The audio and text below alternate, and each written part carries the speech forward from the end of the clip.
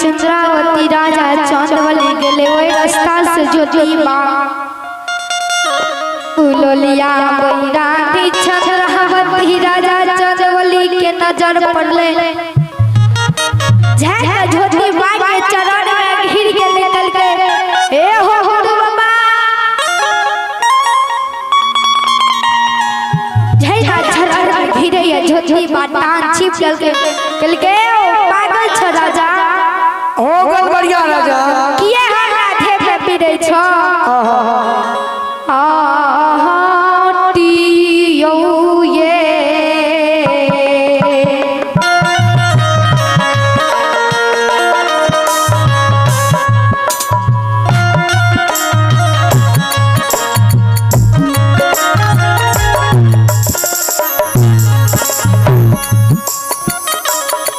हो राजा जी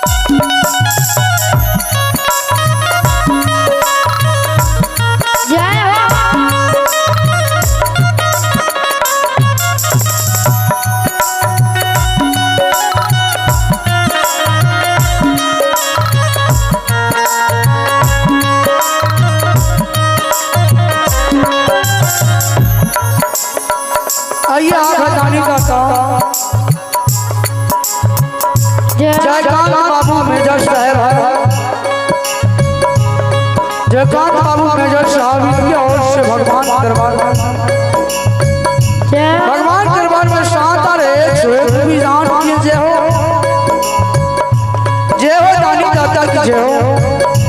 उनकर पूजनीय माता पिता की जय हो उनकर समस्त परिवार की जय हो।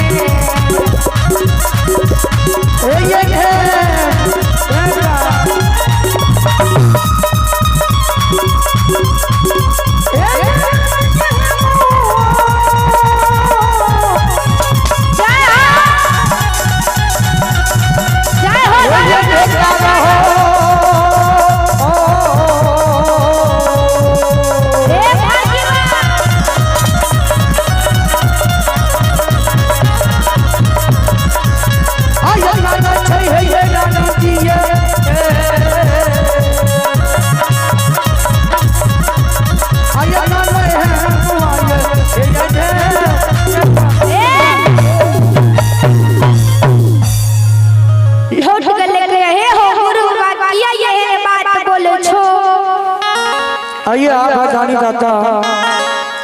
आइए आप है दानी दाता प्रियाकांत कुमार, आइए आप है श्रियाकांत कुमार, छोटा सा बालक है। इनके और से भगवान दरबार में शानदार है विधान की जय हो दानी दाता की जय हो, उनकर पूजनीय माता पिता की जय हो, उनकर समस्त परिवार की जय हो। और आइए आप है दानी दाता अमरकांत कुमार, अमरकांत कुमार की ओर से भगवान दरबार में शानदार है विधान की जय हो दानी दाता की जय हो, उनकर पूजनीय माता पिता की जय हो, उनकर समस्त परिवार की जय हो। तो हर महिमा या पार की अम्मा में नहीं पा,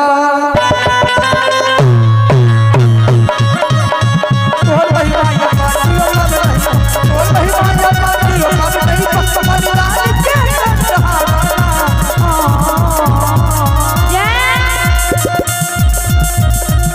हो बाबा धर्म आगे मैं भगवान